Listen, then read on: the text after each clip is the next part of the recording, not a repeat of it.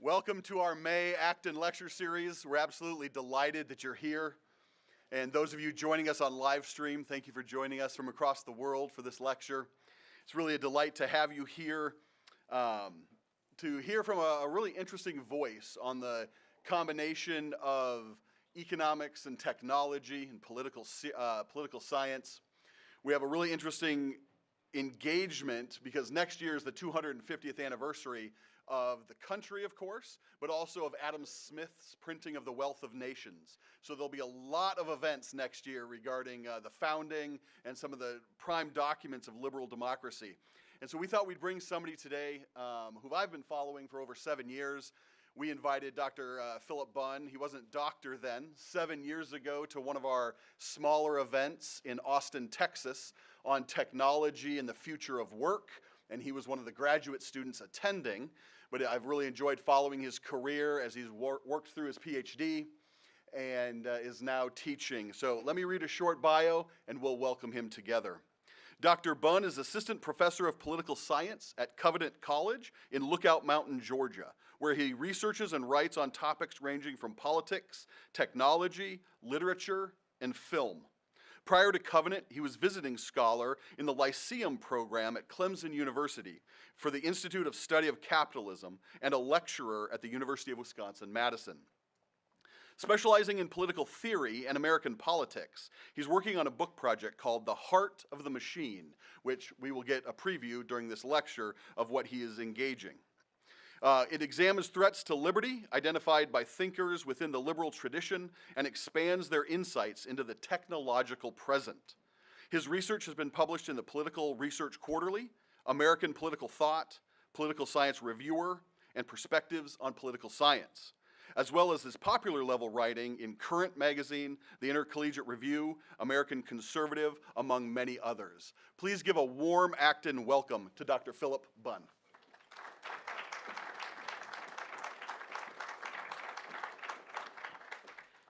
Thank you to Acton for having me out. Thank you to Dan for extending the kind invitation. Thank you all for being here today. I hope you find something interesting in this. I want to begin with a story that will help explain the title of my lecture and my book project.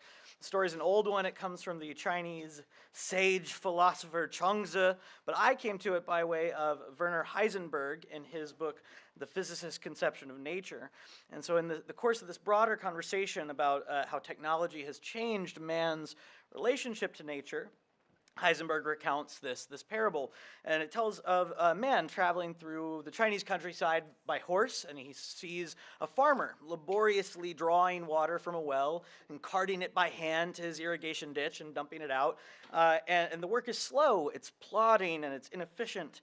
And the man offers the farmer a remedy to his menial toil in the form of a new productive technology. He tells the farmer of this thing called a draw well, and he describes the mechanism to him, a weighted arm on a sort of pulley that assists you in lifting the water from the well, and he says, hey, you could even have a trough that carries the water from the well to your irrigation ditch for you. And the man is shocked because the farmer responds not with gratitude, but with anger. And he responds, I've heard my teacher say that whoever uses machines does all his work like a machine.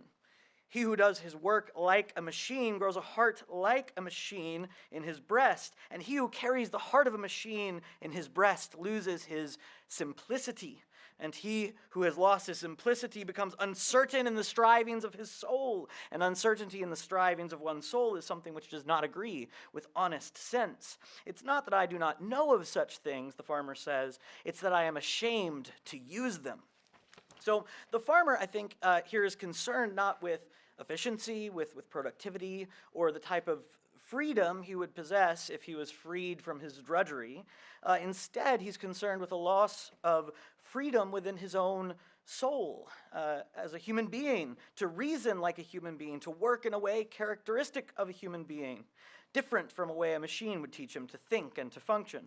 And so the farmer is, in this short parable, I think, presenting a kind of complex and interesting critique of technology that pushes back against our intuition that technology is usually or sometimes always an aid to our freedom, that it's holistically beneficial. Instead, he says machines can mutilate the human psyche in some kind of way. I'm quoting this from Heisenberg instead of Chuang-Tzu directly because I think Heisenberg uses it to great effect. He says essentially if anything could capture man's relationship to technology in his day, and I think in ours, it would be this phrase, uncertainty in the strivings of your soul. I think about that a lot.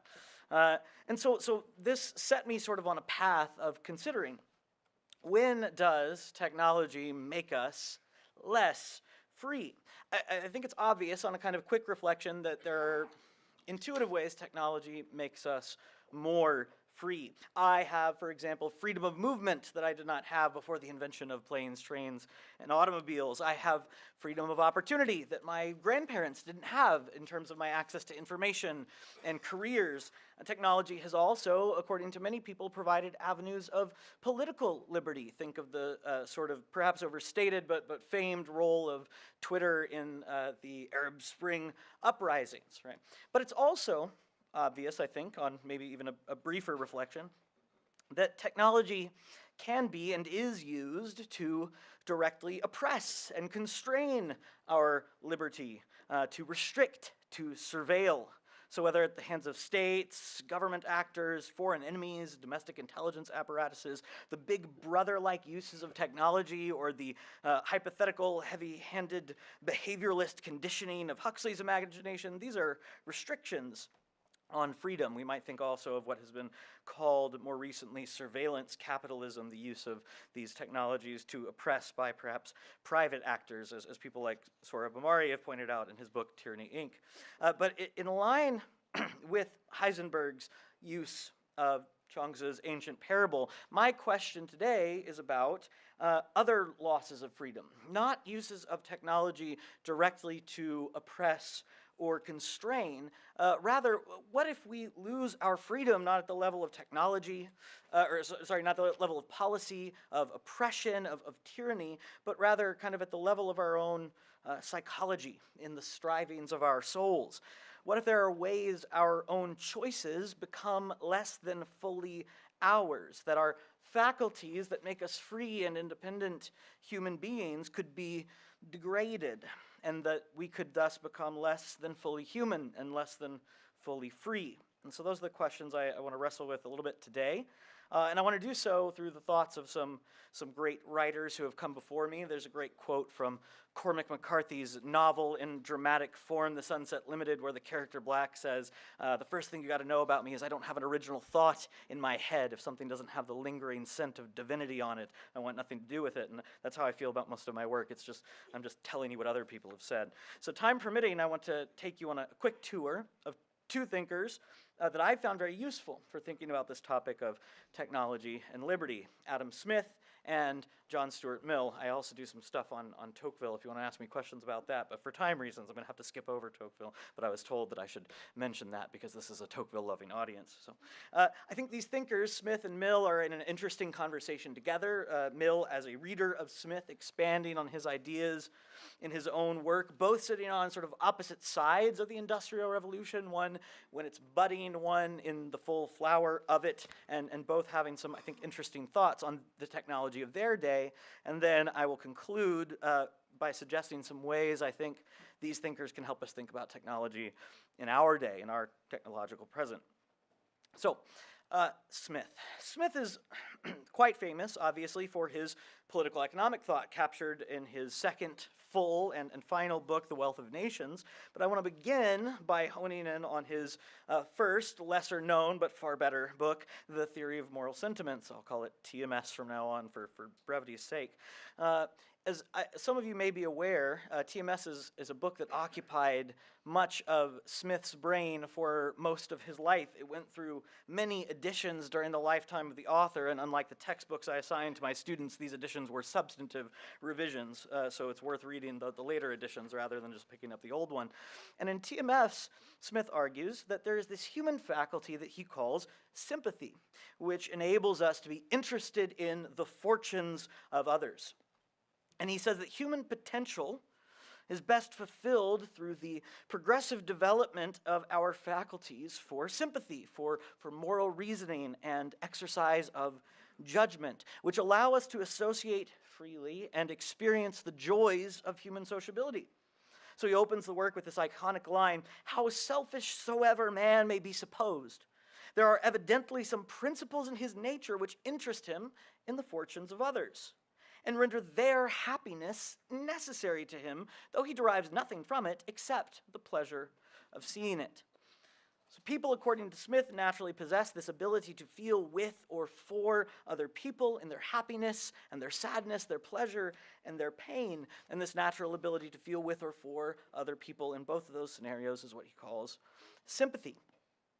The subsequent arguments in TMS provide detailed accounts of how precisely people learn to moderate their passions sympathetically so as not to overwhelm the people around them, their spectators, with joy or grief in excess beyond their friend's ability to sympathize with it. It's our desire to feel with and similarly to others that leads us to learn what he calls the virtues of candid condescension and indulgent humanity, as well as self-denial, self-government, and command of the passions. In other words, we learn to be nice to other people and indulge in their feelings, and we tamp down our own feelings so that they aren't overwhelmed by our excessive joy or grief in the hopes that they'll do the same thing for us. So Smith further argues that to feel much for others and little for ourselves, to restrain our selfish and indulge our benevolent affections, constitutes the perfection of human nature. Don't let anyone tell you that Smith isn't a little bit of an Aristotelian. He does think there is such a thing as a perfection of human nature. And so because people desire to have compassionate compatriots, they'll oblige others by restraining their own passions, and one who has fully developed these virtues, he says, has achieved that perfection. And so I could take much more time to do justice to Smith, but in short, Smith says, the process of developing those moral sentiments and social virtues is a complex one, where our choices are received and judged by those around us, and we judge their reactions to us, and so on in a sort of like iterative cycle. In this account of sympathy leading to the development of virtue, we see the importance of judgment for Smith.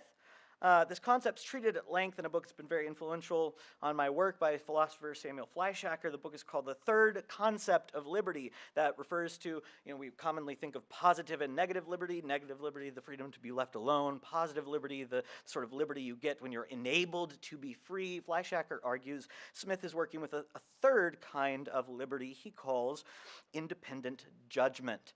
So Fleischacker says that a good working definition of judgment is, quote, the conclusion of a train of thought where the interpretation of particular cases is essential to that train of thought, and the practice under whose rules the conclusion is reached allows for further reasonable disagreement over that conclusion.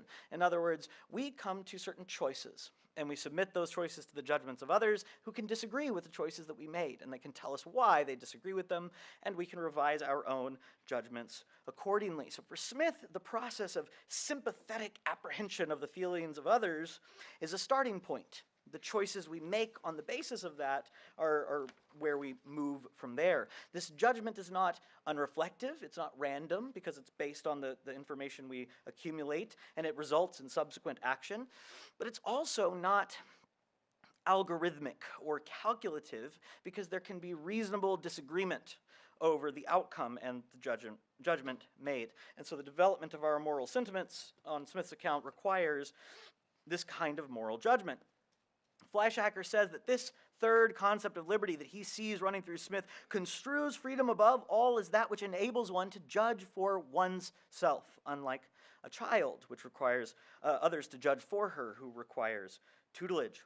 We see this as well in Smith's economic thought. So he somewhat famously says that laws that restrict the liberty of potential employees to submit their skills to the judgment of their employers are unjust. They're manifest violations of liberty because they do not enable this complex refinement of judgment to take place.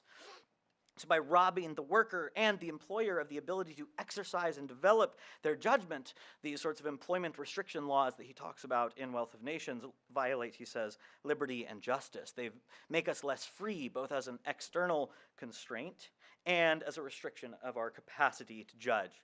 So how does this relate to technology?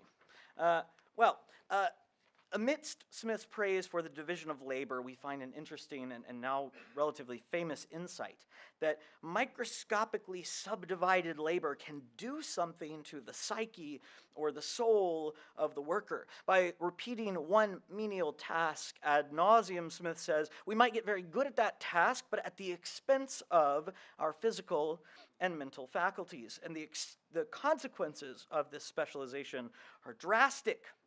The worker afflicted with the kind of menial tasks Smith describes is, I would say, a kind of poor creature, all told. He says this type of person is, quote, not only incapable of relishing or bearing any part of rational conversation, but of conceiving of any generous, noble, or tender sentiment, and consequently of forming any just judgment concerning many, even of the ordinary duties of private life, not to mention public life. That is, the economically beneficial advances of technology and the division of labor have, he thinks, occasionally caused harm to the ability of the worker to exercise judgment and to be fully free.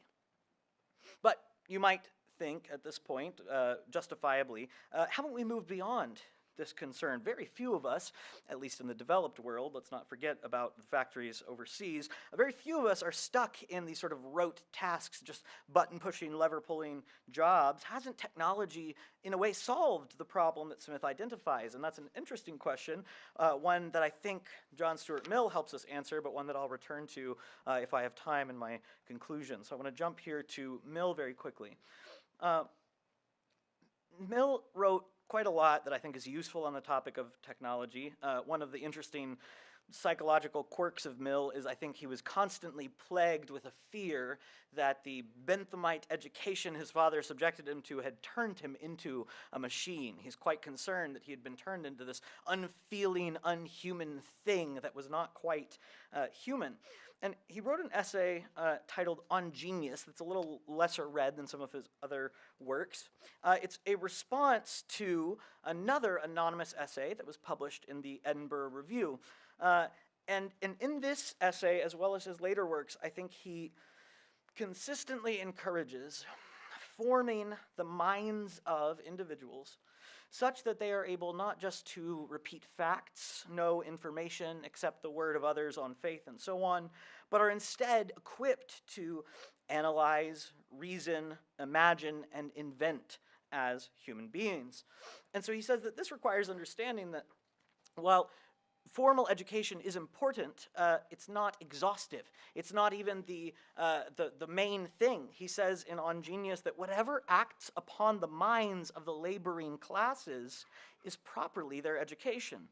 Their minds, like those of other people, are acted upon by the whole of their social circumstances, including the devices that they use. And often the part of their education which is least efficacious as such is that which goes by the name. In other words, we're more educated by the whole of our social circumstances than the time we spend in the classroom. And so Mill is concerned and critical, by contrast, with a world where individuals are trained to think mechanically, as they would through rote reasoning or memorization, or through simple mathematical, or he says, algorithmic principles, where they're fully beholden to the decisions of others without the knowledge or understanding necessary for their own free assent to those decisions and to be meaningfully free. Mill actually makes a stark claim in On Liberty to this effect that I find is very interesting. He says, if we could replace all workers with automata, he says, like automatons, that could do their work better than they could, and do it productively, he says, we shouldn't do that, actually. We would be sacrificing something very important about human nature and freedom that choice permits and drives forward.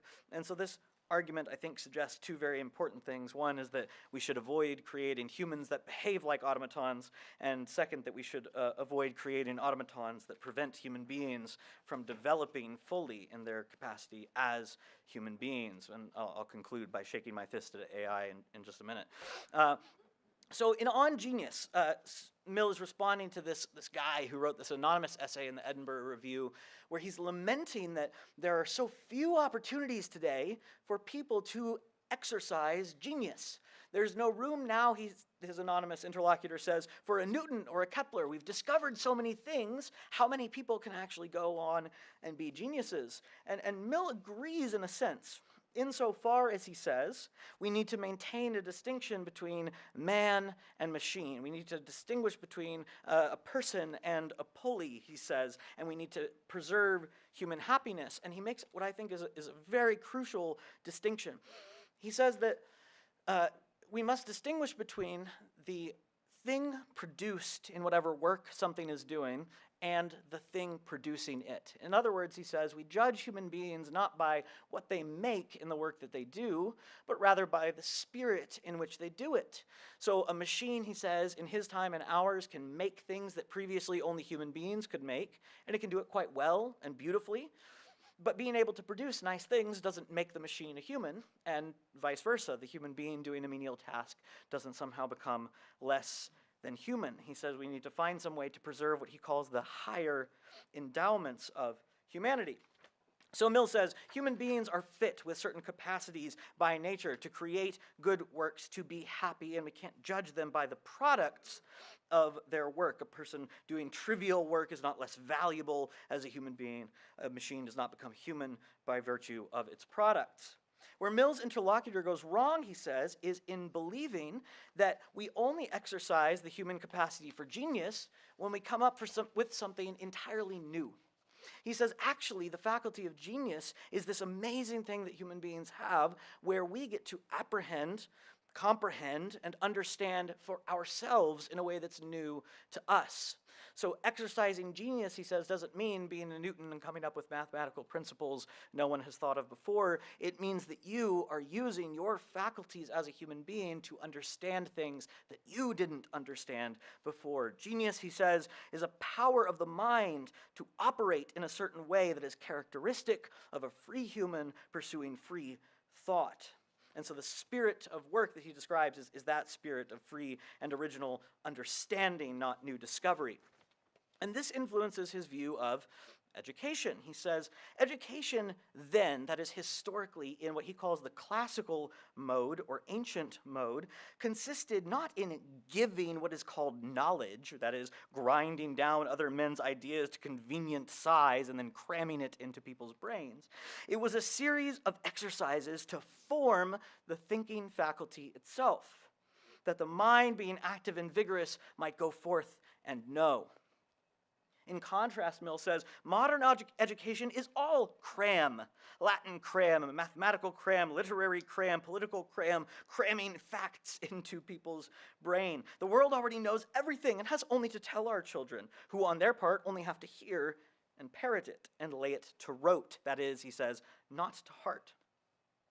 The remedy he proposes for the decline of genius is a rethinking of the purpose of education itself, to fit the mind for learning from its own consciousness and observation, that human beings have occasion to exercise that power under ever-varying circumstances, which no routine or rule of thumb or algorithm can make provision. Mill's discussion of education, I think, across his work, presents this kind of egalitarian, relatively optimistic view of the ability of society, if it rethinks the purpose of education, to equip even its least well-off members to be independent and free from paternalistic care or mechanical, pre-decided patterns of thought. So, I want to conclude by giving you the sort of application section, the way I think that this is relevant or useful for our present dilemmas. Together, I think, Smith and Mill value a kind of intellectual independence or freedom. One of the beefs, I guess, I have with Samuel Fleischacker is that I don't think this independence he describes is a Kantian autonomous independence. Instead, it's a carefully cultivated capacity for judgment that we make in social environments that are subject to revision and accountability.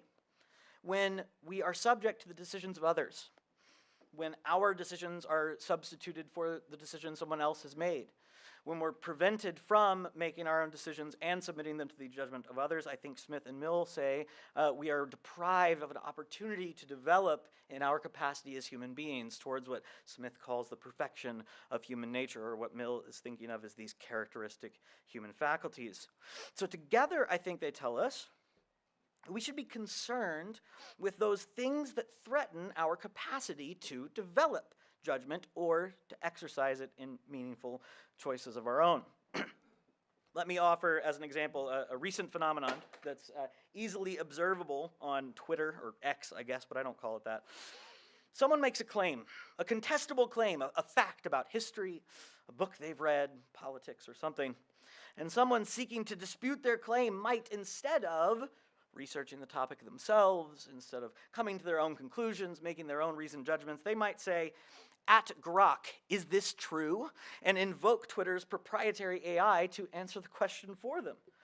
At this point, the proprietary AI will respond in the conversation and provide what is supposedly an authoritative voice. These people have offloaded their judgments onto the judgments of a machine. And this, I would suggest, is precisely the kind of mental offloading we should fear. To the extent that our conversation partners in these discussions have transmitted their judgment onto a machine and simply accepted its output, they are undermining their capacity for and the exercise of a meaningful kind of freedom. Think, too, of what I have elsewhere mournfully called an AI crisis in higher education. When I provide feedback on a student paper, I do so with an eye toward improving the student's writing. Right? My goal is to provide my reasoned judgment as hopefully sometimes a subject matter expert, depends on the class I'm teaching, I suppose, on the quality of their writing, their evidence and their argument, and they, in turn, hopefully can take my judgment into account when making all of the complex choices that take place when researching and writing a paper. If the paper I am grading has been made by a machine instead of my student, my judgments aren't relevant to the student, except insofar as they hope to develop better techniques to trick me in the future. Their development as a writer, a scholar, and a human being has been stunted when they offload their judgment to the machine, and my work as an educator and a grader has been wasted. I borrow from my my graduate advisor, Richard Averminko, a section of my syllabus where I tell students that I consider cheating an insult, and in a world where I can no longer duel you over insults, I will do the next best thing, which is I will tell on you. So, my fear, then, is that our new technologies, even more than the technologies that Smith and Mill are describing in their own sort of slightly pre-industrial or industrial era, cut off our development of our faculties or stunt them and narrow the scope of their exercise. Tocqueville has this famous section where he talks about the type of despotism democratic people have to fear. And he says it's not the tyrants of old, right? It's not the Caesars and the old school kind of tyrants. Instead, the democratic despot is a schoolmaster-like despot who makes decisions for you.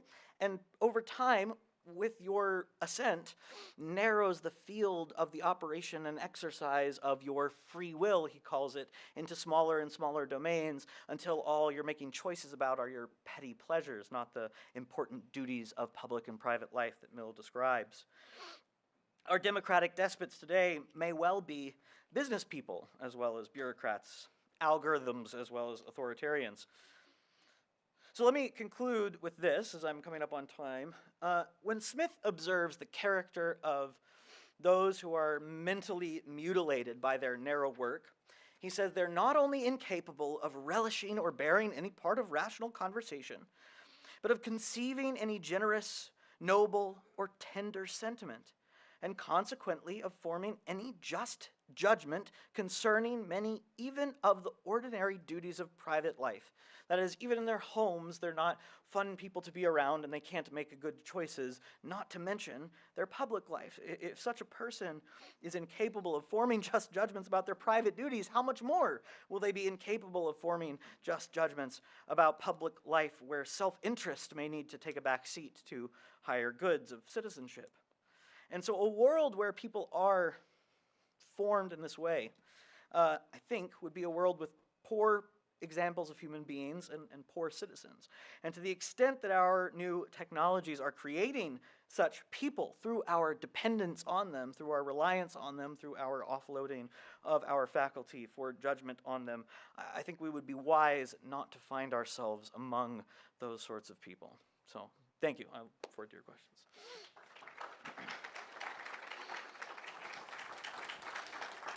If you could please raise your hand, Dr. Bunn will call on you.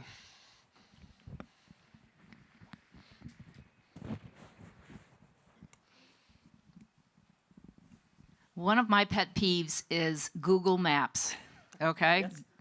And but I've been thinking about what you had to say. And the first thing is that I think Google Maps can be, and I'm using that as a substitute for AI or technology. Is something that we can all relate to.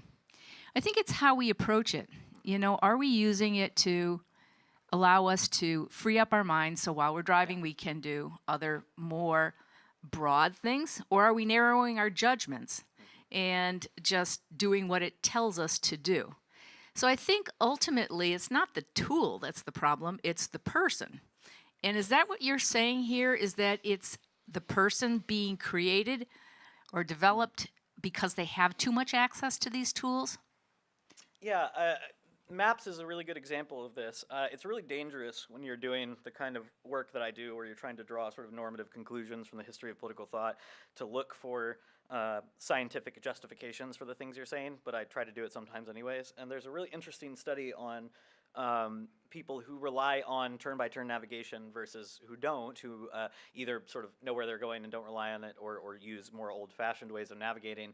And there's actually observable degradation in your sort of perceptual reasoning over time. So there's like neuroscientific studies that suggest, at least, that you are degrading some faculty of spatial reasoning to the extent that you fully offload your spatial reasoning onto a turn-by-turn navigation software.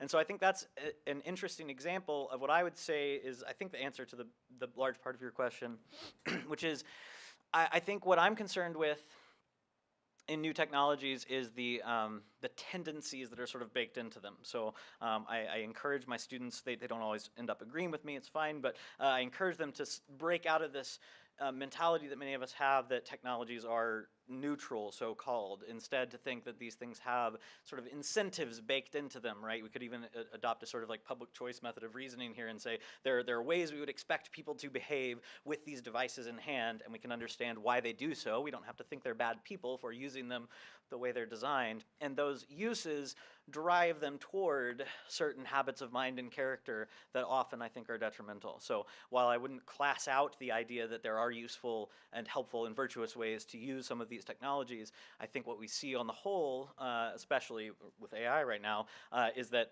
of course we can understand that students equipped with an easy plagiarism bot are going to use it, right? Like that, of course, we can understand why they do that, and we can understand the long-term consequences of offloading all of their intellectual capacity onto it. So well, I think you're right to suggest there is a sort of agential element here, that like we give people sort of responsibility for the tools and the way they use them, but there's also a sort of resigned pessimism on my part, which is I know how most people are going to use these things, and I think it's going to be in ways that are ultimately detrimental to us. So yeah, I hope that answers your question. Yeah.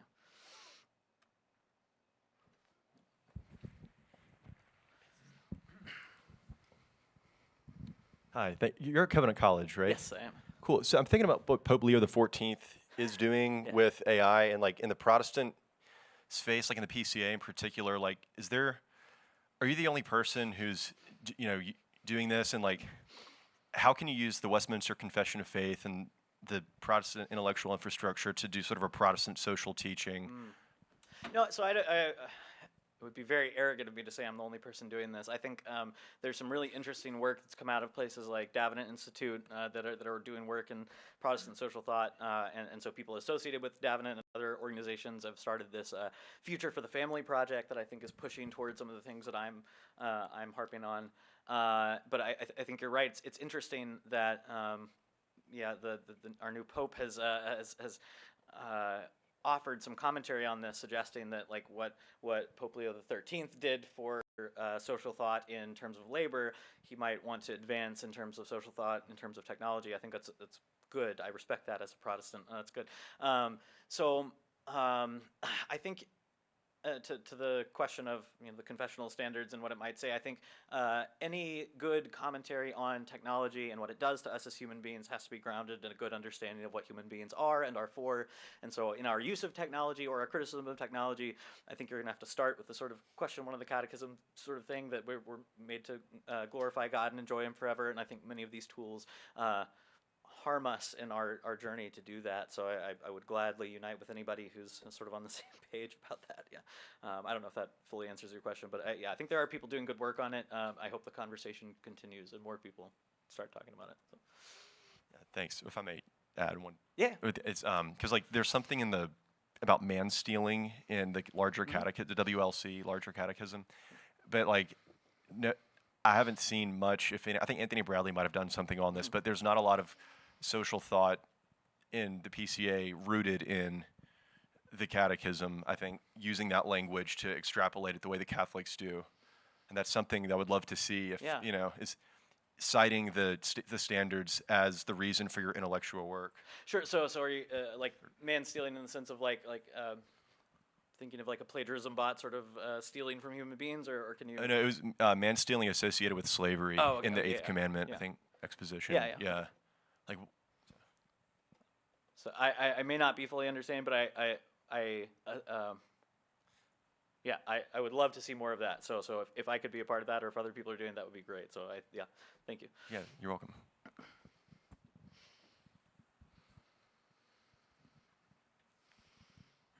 This is a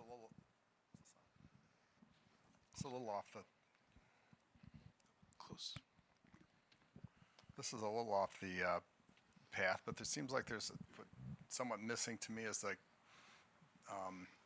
you don't bring in the emotional side of human nature or the intelligence side of human nature. And some of the stuff wouldn't it be, if you inject pride, or if you take some people who are just sort of dull and that's they're fine with some sort of manual thing, that they're just doing something repetitive and they don't really put much thought into it. How do you, would that add more to what you're trying to come across, I guess? Yeah, I think Mill's really good for this in a sense I didn't have time to really bring out, but one of the things that he says in an essay that he wrote that's a book review of a book called The Claims of Labor is that his project of whatever sort of progressive reform he's aiming for, I'm not necessarily signing on to everything that Mill wanted policy-wise, but what he's aiming for, he says, is not a system where we elevate people out of the working class. It's where we elevate the status of the working class. So it's think better of them and the work that they're doing. And so I don't mean to suggest that all work of a certain class or status is like fundamentally degrading. And I think Mill is really good for this, to say like, no, there are people who are always going to be doing that work, and if they do it as human beings, there's something really lovely about that. And this goes for Smith as well. He says, yeah, you're going to have people doing work that he's concerned might mentally mutilate them. And so one of the things he suggests is we need some sort of program of education that equips even those lowest status people in these menial jobs with the intellectual resources to be as full and flourishing human beings as they can be in whatever work they find themselves. So I think you're right. Like there's an important thing here, which is like not to suggest that all work of a certain type is fundamentally undignified. I don't think that's true. And on the emotional side as well, I think Smith is very good on this, although he writes like somebody who's never felt an emotion. He writes about emotions mostly. And he, I think, is suggesting that our judgments matter in our refinement of our ability to feel things the way we ought. He's kind of like, I think, a soft Aristotelian in this way, that there are ways that you ought to feel as a good, virtuous human being. And his fear, I think, is that when we stunt people's capacity to judge, we're limiting them in both their professional, political, and emotional choices. So I hope that kind of gets at what you're saying. So I think you're right. Like, these are things that are woven through these thinkers that I'm working with. It's just things I didn't have a chance to talk about today. Yeah, if that's helpful.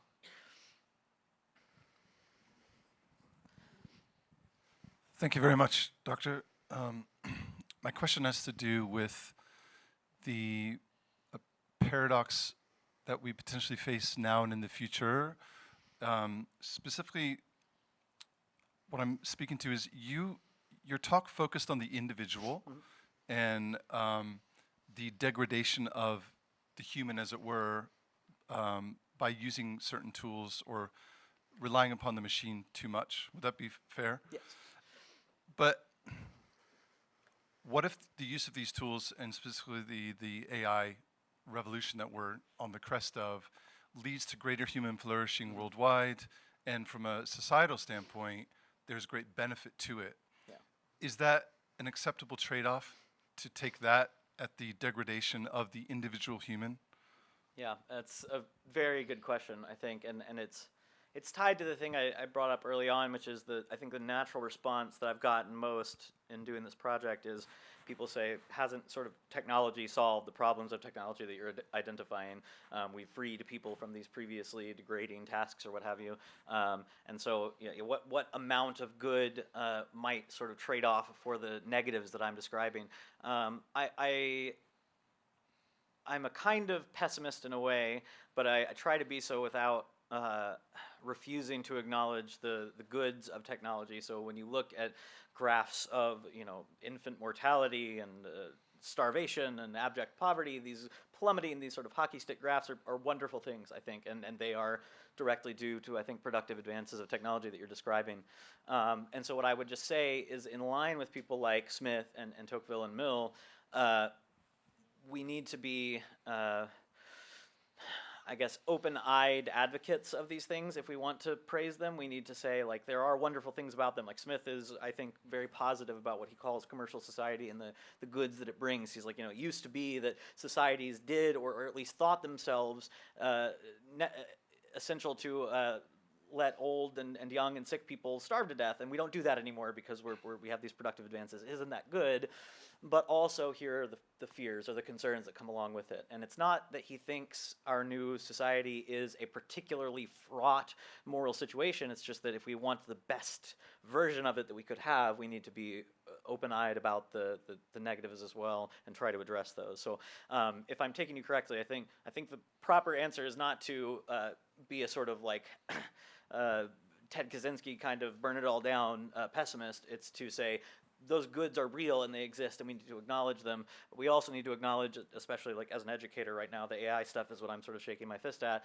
Like it's been horrific to what it's done to our students and their intellectual capacity, and the long-term consequences of that I think we're only just sort of seeing the glimmers of. So it scares me a lot, but I don't want to be so scared that I'm unwilling to acknowledge the positives that you're describing. Is that helpful? Yeah. Hi, thank you so much for this talk. So I really like Adam Smith, and I think he's right about a lot of the things he said. But that comment about kind of the repetitive factory work, where he says, he worries that a person's mind will become more as stupid as it can possibly be, or something along those lines. I've always found that to be like a really out of touch line. That this comes from someone who only could not have done this himself. Yeah. So I've worked here for 14 years. It's a great institution. I'm very blessed to be able to write and speak and edit and all of that. But before that, I had a very blue-collar work experience, working at factories. I was a janitor, that kind of thing. And a year before I started seminary, I worked at a factory, and kind of begrudgingly so. I really wanted to start seminary, but I had to take this year off to work. And what I discovered once I got over myself was that the more repetitive the work I was doing, the freer my mind was. I could pray. I could recite the Psalms. I could sing hymns. And I could talk with my coworkers. And it turns out my coworkers were actually pretty sharp people. Our quality assurance guy let me borrow his copy of the Book of Enoch, and we discussed that. One of our techs was really into mysticism, so we talked about asceticism. And there's a fellow operator who was Buddhist and had very strong opinions about the superiority of Buddhism over Christianity. And you get all these great conversations on the factory floor that I think, an outsider just saying, oh, it's such repetitive work. And by the way, I was working not only with machines, but actual robots, making, these really high standard medical devices here in town. I didn't see it as a barrier at all. In fact, working here, as much as I love my job, when I'm reading and I'm editing, my mind is not free to pray the whole time. It's a struggle, right, to maintain that sort of inner discipline. So I guess, to piggyback on what a lot of other people have already said, I think if you say, well, ultimately it comes down to how the person in this role has been shaped by education and culture, haven't you ruled out technology as a cause? Right? Isn't it then, therefore, education and culture? And to maybe sharpen this a little bit, your students using AI. The problem is not AI, it's the past teachers they've had that have not taught them how to think. It is a magnifying glass showing you the result of their education and culture, just like the machine can be a magnifying glass showing you the result of education and culture, but not a cause. How would you respond to that? Yeah, so a couple things. That's very helpful. I think one caveat I would want to have is that I want to be careful about analogizing from our sort of modern working environments to what Smith is describing. Smith, in some ways, he's been criticized for failing to foresee sort of industrial work in its flourishing. He doesn't seem to talk much about the kinds of factories we associate mentally with kind of like Dickensian industrial era, and so he may have missed some things there. But also the kind of work that he's describing, in many ways, I think would be worse than some of us expect in terms of labor hours and the things that were required and remuneration and all this stuff. So it could be that the work that he's envisioning is just worse than what I've also done. Relatively repetitive, rote blue collar stuff. So like I share, I think, what you're saying, which is like I experienced this as a rather good thing. I enjoyed the work that I did. I listened to podcasts, all sorts of stuff. So that's one thing. Is the work may have been different. The second thing is that the sort of habits of mind and socialization you're describing in the midst of that kind of work, that the work itself is not particularly fulfilling, but as you said, the more you repeat it, it frees your mind for other things. That does, I think, require a kind of preparation for that enables you to do that. And that's what Smith gets at, I think, in his section on public education, where he says, well, if we're going to live in this world where people are doing this kind of work, what we would need to make sure is that before that, they at least have sufficient preparation to where their minds could be freed by this. And so I think there are optimistic prospects there, but it requires a kind of framework or scaffolding beforehand for it to actually be useful. I love that you're saying, like prayer and these habits of mind and character that you have. I think, that assumes in the background that you've had some sort of religious formation and education that would fit you for that. I on the question of like AI not being the problem, I am sympathetic to that. But I also think it is the problem. So it's you're correct that there's a sense in which the past teachers these students have had may be at fault for not teaching them to think correctly or think correctly about their own education. But also at the same time, going back to this first question, I just can understand why when I give a student a plagiarism bot and I know how students are and they're tired and they're overworked and they're stressed and I don't really care about this class or this assignment, I'm just going to use the plagiarism bot, right? So I can take a perfectly well-prepared student and give them easy, undetectable avenues for cheating and completely understand why they would cheat. So I think that you're correct that there's background stuff that we need to care about, but also the tool itself introduces new incentives and new habits of mind and character that I think we can attribute to the tool itself in many ways. So I would push back, I guess, on that, but thank you. It's helpful. Hi, Professor. Thank you for your presentation today. I really appreciate it. It's very helpful. Just one question or observation. It seems to me that our society is atomized from the Trinitarian communities that existed in the pre-industrial age. AI shows the lack of these qualitative fields of communities. So I'm just wondering if, it seems like the community, AI just kind of emphasizes the lack thereof of the qualitative Trinitarian communities that you can think of, for example, from the Reformation, Renaissance period. Thank you. There's an interesting survey that was done at like year intervals. So the first survey they did was like shortly after the public release of ChatGPT. The most recent one came out 6 months or so now, and you look at the way that people self-describe the way they use these AI tools, and originally a lot of people were saying, I use it like a search engine, I use it for information, etc. But now, the most recent survey, most people are self-reporting that they use it for companionship or therapy. That's the top use. And so I think you're right to hone in on the sort of communal element of this, that it's kind of exposing a lack that we feel. And so also, back to this last question, it certainly exacerbates some background vices, right? If you've not been taught to think well about what education is for, you're obviously going to be more likely to use these tools in bad ways. If you don't have a thick community around you that has encouraged you towards what I would call virtuous habits of mind and character, I can see why that would fit you for using this in more negative ways. So I think you're right to hone on like there are background conditions that make this even worse, and that's part of why it scares me so much. Is like we were already dealing with all of these awful things. I started this project before ChatGPT came out, and I just feel more and more right as time goes on. So it's been interesting to say, oh, all this stuff I was already working on, now that we have this tool, seems even more correct. I've just been right all along, and now I'm just more right. Yeah. But thank you. That's helpful. I appreciate it. A couple in the bag. It's hard for me to see. Sorry.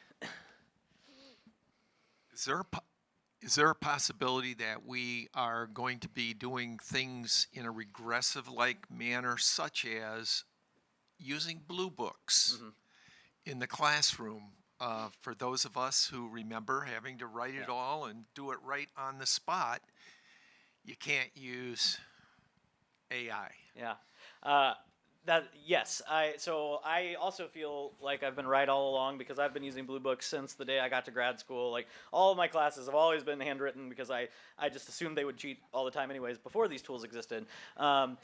So that's, I feel ahead of the curve there. But one of the things that I've been thinking about a lot lately, and I've written a little bit on this, is that I think you're right that that Blue Books solve a kind of problem, and it's really useful to be able to say, okay, you're going to sit down in a room with your brain and a blank sheet of paper in front of you, and you're going to tell me what you've learned, and I will know something after you're done about did you do the reading and what did you comprehend, etc. That's not a clean substitute for some of the other assignments that we do, though. So like a research paper is a different set of skills. It has different goals, and so I don't want to forsake those. I still assign them because I think they serve a goal. When I assign them, I just assume that most students are going to cheat on them. So I think the way I would put it is like Blue Books are great.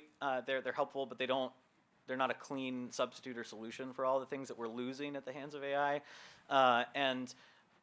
One thing that I can't prove this, so this is sort of speculation, but I did have a class. I had about 45, 50 students who were all doing a Blue Book exam, but there were a set of 10 or 12 students. It was an exam that had a study guide, and they did the handwritten exams, but they all, 10 or 12 of them, made a similar weird mistake. And I couldn't help but think they went and put my study guide into ChatGPT and then memorized its output so that they could go write it down by hand later. So I can't prove that, but I do fear as well that the students who have a habit of using this for everything are using it to prepare for even handwritten exams in ways that are still going to be sort of intellectually detrimental. So yeah, I would love more professors to do more in-class stuff, more handwritten stuff, 100%. It's just not a clean substitute for all of the stuff that I want to assign, and so I'm still going to be lamenting its loss, yeah. There's somebody. Have you ever heard of Joseph Chilton Pearce? He did research on the human brain, and he said that the head is intellect and it's more male. The heart is more intelligence, it's the female, and we need both. So I'm kind of a both-and person with everything. And I said, after the gift of life, the greatest gift God gave us is the gift of choice. Yeah, I'm not familiar, so I'd have to look into it. But I think the head and the heart approach I think is very helpful. This is one reason, again, why I love Smith, is I think he unites these things very well. It's not all just rationality and reasoning, and he's very concerned with our sentiments, our passions, our feelings, bringing those in and suggesting, I think, in line with a pretty great tradition that there are ways that you ought to feel as a virtuous human being, and so I think he's very useful for that. So no, I'm not familiar, but I'll Right. Well, definitely check him out. I said, I love the men in my life, but I think that a lot of the problems that are caused, a lot of them, the imbalance between male and female energies, the wars that we're having, the devastation, the suffering of children. There is so much going on. There's more good going on in the world, but it's beneath the big headlines. The big headlines, all the drama. So I love what you're doing. Keep doing it.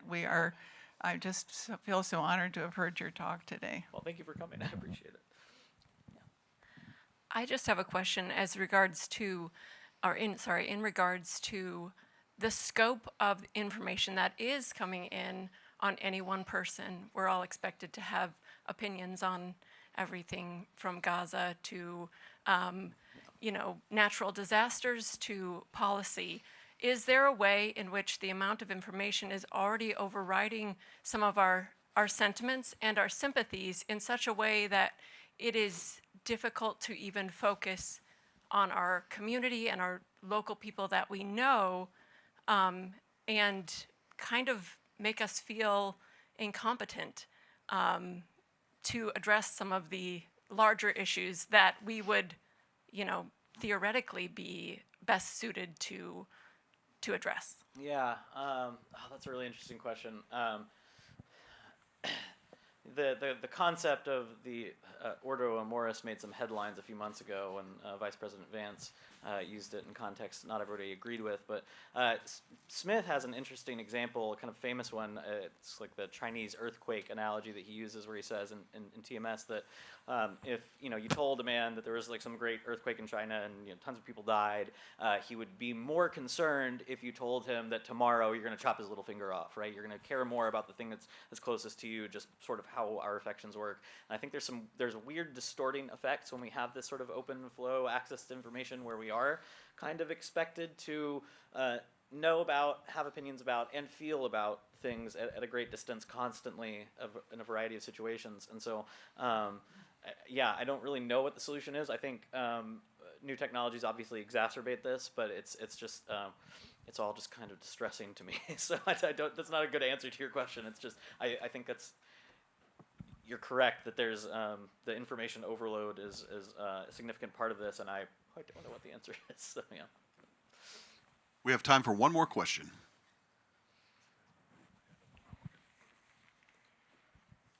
Thank you so much for your talk. I just wanted to touch one more time on education. You mentioned how the classical view is that education is not just about knowledge. It's about acquiring, I can't remember what you said, skills or thinking capacity or whatever. So I guess, and I'm an educator myself, like positively, like what can education help with? I mean, there's things as simple as like, spelling and grammar check, book summaries, all sorts of things. And I guess, what is your just thought on just what is the purpose of education and how can AI be, we've talked about detrimental like cheating, but is there any way it can be positive or assisting in research, thinking, just anything? Yeah, I mean, I think what the classical view that, again, this might be controversial in some circles, but I think Mill is driving towards, is that education is made to fit people to think and feel and behave as they ought. So it's preparing them with the tools and skills necessary for that. He sees what he calls a cram kind of education as skipping that entirely. It's not that he's opposed to memorization. He was a very brilliant guy. He memorized lots of stuff. It's that when your education is all just like, let me see how much stuff you memorized off the sheet, you're skipping a step that's quite essential.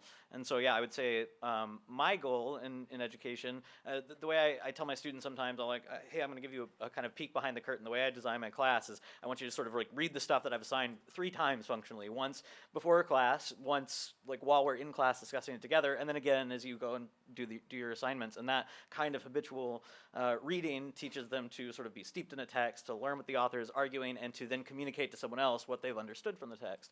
And so those are my primary concern usually is not like how much raw information did you gather from this text. It's the skills that accompany that process of iterative reading and writing and research. So I think that's what I would say is a good education is going to form someone with those habits of mind and character that are going to send them out into the world and be able, the cliche is like we're not teaching you what to think, we're teaching you how to think. And that's not entirely true, because we do want to teach students what to think sometimes. There are right answers to some questions.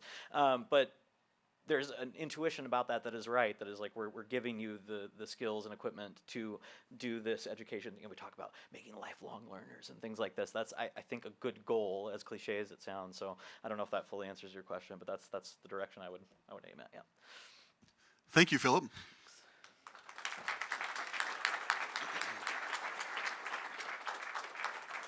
We really appreciate all your attendance, the great questions. He'll be around to answer some questions in person if you'd like to chat with him for a while. Just a quick reminder, Acton University, our flagship conference here in Grand Rapids.